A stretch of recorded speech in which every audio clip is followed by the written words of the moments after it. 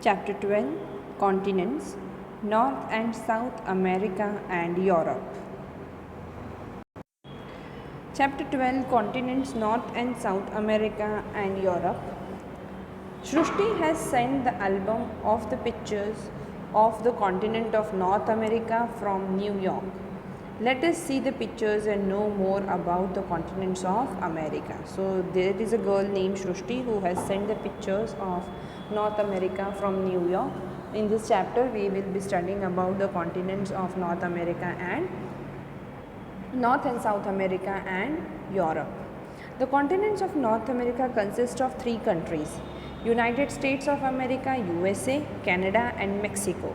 So the North America consists of three countries, that is United States, America, Canada, United States of America, Canada and Mexico. It is spread over 2.44 lakh square kilometers, covering almost 16% of land area of the world. The native of this land are known as Red Indians. The new culture of America has developed because of the Europeans' interrelation of people. So it covers about 16% of the land area of the world, and it is 2.44 lakh square kilometers. And the people who stay over here are known as Red Indians. There is an amalgamation of the culture of American that has been developed because of the Europeans' interrelationships with people. Okay, moving ahead in the chapter, study the natural. Now in this chapter we will be also having a lot of maps to study, but this entire video will be based on the chapter. Map video you will be getting it later on. North America extends from the Arctic Ocean in the north to the Panama in the south. North Pole passes from the north of Canada. In the same way, the Tropic of Cancer passes through the central Mexico. Now if you see this, if you observe this map which is given in 12.2 figure map of the North America, you would understand the geographical condition of it and the geographical where it is exactly located. North America extends from Arctic Ocean in the north to the Panama in the south, and North Pole passes through the north of Canada. In the same way, Tropic of Cancer is also passes through the central Mexico. The North American continent is 9,654 km long, and its width from the North Canada is 6,033 km, which means tapering towards the south reduced to 482 kilometers. As North America is wider than the South America, there are 4 standard time zones in USA.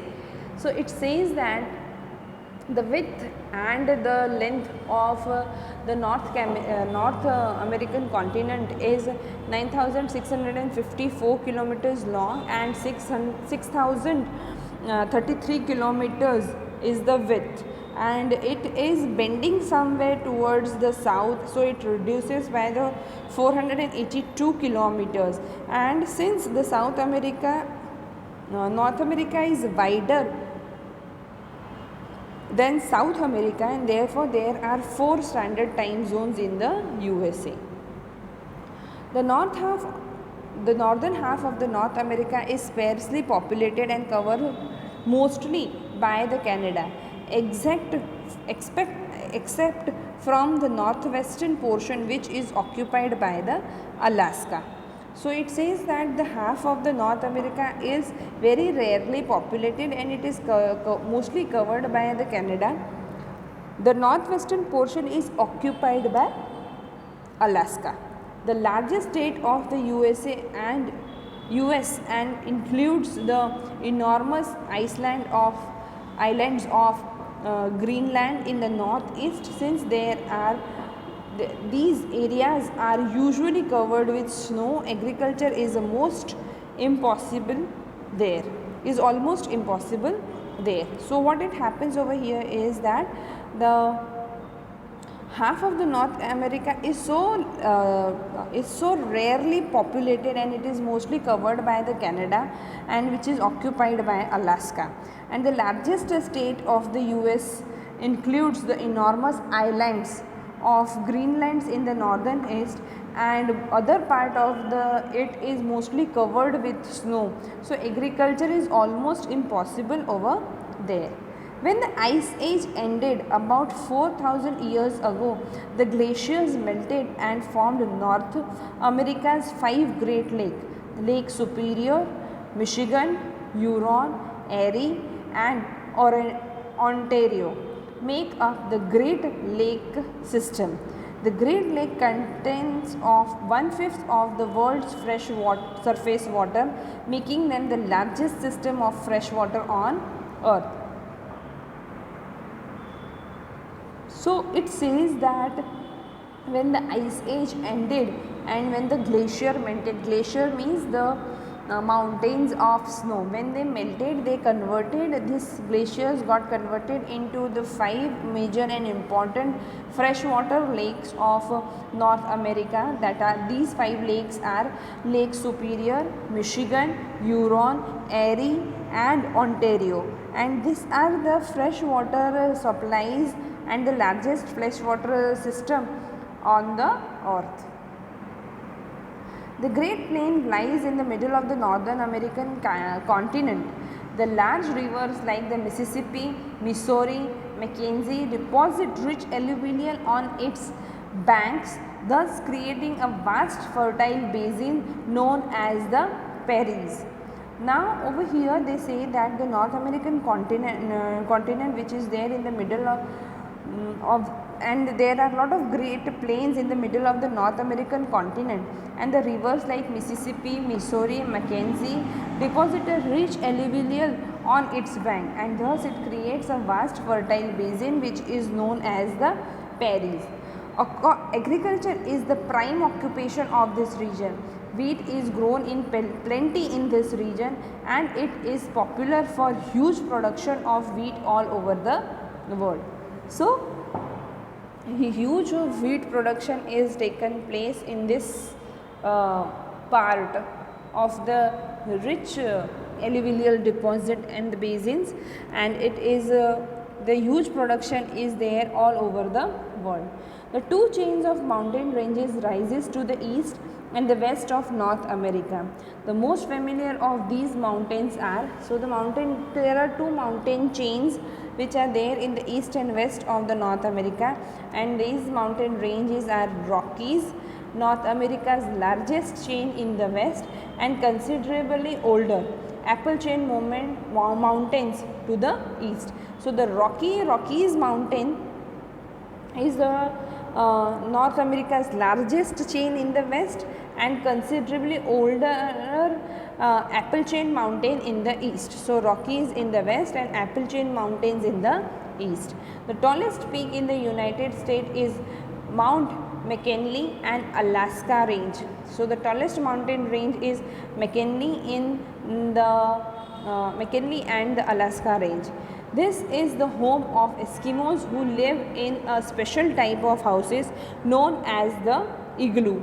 The wildlife of the North America is diverse and include animals such as reindeer, seal, wolves, white bears, etc.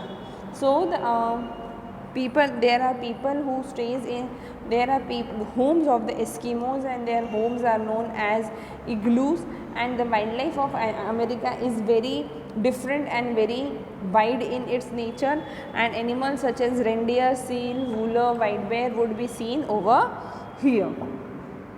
Climate, vegetation and wildlife. Weather varies dramatically across the Northern American landscape. The climate range from Arctic cold to equatorial heat. So the climatic condition of this region is very vast, and it changes frequently. Either the climatic Arctic is very cold and equatorial part is very hot in nature. Precipitation and the temperature level modulates dramatically depending upon the location. So the precipitation and the temperature level, that means kabhi ओस होना, kabhi बर्फ गिरना. So this type of temperature keep on changing dramatically depending upon the location. In many areas of North America, the climate is extremely cold and dry. This is known as the tundra type of climate, which spans from most of Greenland to the mountains of the Alaska to North Canada.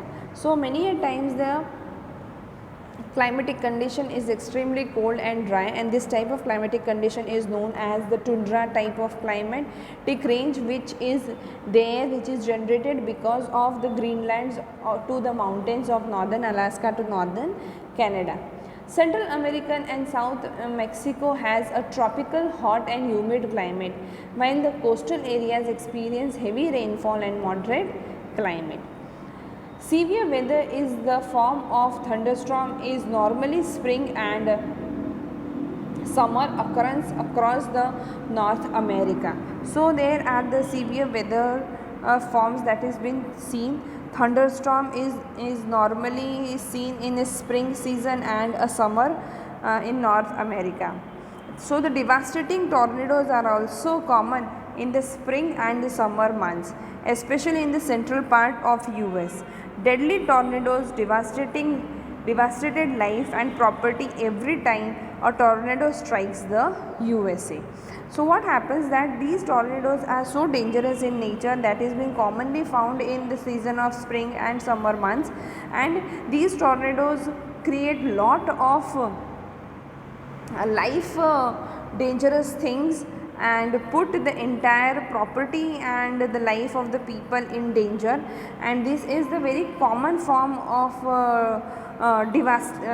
disasters that is taking place in USA. Any or the some or the other tornado hits the life, and the life is again left in the danger. The green plains of the Northern America are also home to the rich deposit of iron, coal, mineral oil, natural gas, copper, gold, silver, etc. In fact, USA ranked first in the mineral deposits in the world.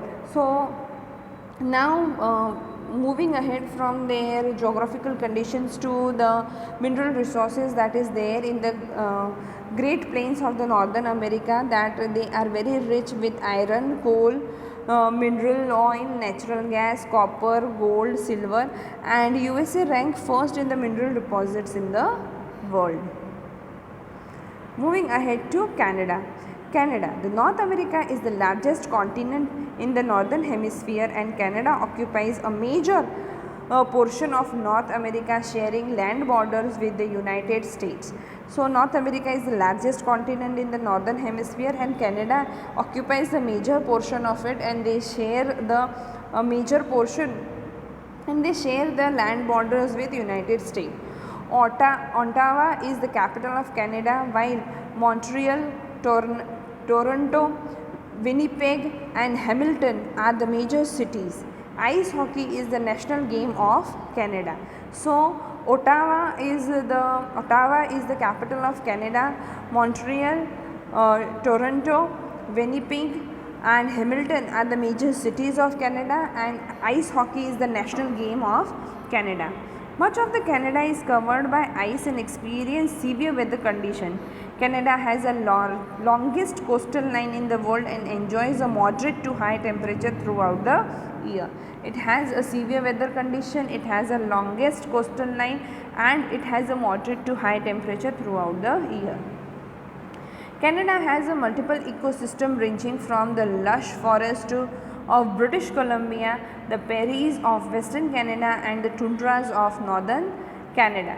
So when it comes to the ecosystem of Canada, it has a lush forest of British Columbia, then various prairies of the Western Canada and the tundra region of the Northern Canada. With a large land mass and small population density, the wildlife of Canada provide important habitat for the many animals such as the bear, white wolf, deer, otter, beaver and reindeer. Canada's rivers are famous for their Atlantic salmon on the eastern coast and Pacific salmon on the western coast. Since there is a less population in the Canada, the habitat, that means animals, the wildlife of the Canada is very rich, and we would able to find bear, white wolf, deer, otter, beaver and reindeer over there. And the rivers are also famous of the Canada famous of Canada, and Atlantic salmon on the east coast and Pacific salmon on the west coast are very famous. Canada's many freshwater lakes and streams are the homes of many variety of fishes. There are also significant commercial fisheries of many saltwater species. Since it has the largest coastal line, the fishing industry is very famous of the Canada. Excuse me. And there is also a commercial fisheries of many saltwater species we could find in Canada. Canada is the world's largest manufacturer of asbestos. It is also the world's leading producer of nickel and platinum. So, it produces a lot of nickel and platinum as well as the largest manufacturer of asbestos. USA, a federal state, has achieved prosperity in the field of agriculture, trade and industry. Its physiography being extensive and varied, the USA has the Rockies and Appalachian mountain ranges from the western and eastern directions respectively. Rivers like Mississippi and Missouri are the 5 Great Lakes have contributed tremendously in the agricultural revolution, due to which cotton, corn and wheat are the produced in abundance. So, over here they want to say that the geographical condition, USA being a federal state, it has achieved lot of prosperity in the field of agriculture and trade, and the physiographic division of the USA has a great mountain valleys like Rockies and the Appalachians, and the eastern direction if we see respectively we have the major river like Mississippi and Missouri that has contributed a lot in the production of cotton, corn and wheat, and they are produced in abundance. The mineral deposits of iron, coal and mineral oil has assisted in the development of industry, since they have lot of mineral resources available with them. So, iron, coal and mineral oil has also assisted in the development of industry. The USA leads the world in the development of transportation, especially roadways, superhighways and freeways. Example, express highways without any intersection or a toll booths facilitates the majority of passenger travels along with other means of transportation. These are considered to be the benchmark of the progress and development of great nation. So, this says that USA leads in the world in development of transportation, especially the roadways. There are super highways and freeways where there are no toll booths or intersections, and facilitates the major passenger travels along with other major transportation, and these lead to the great contribution and benchmark that shows the progress and the development of this great nation.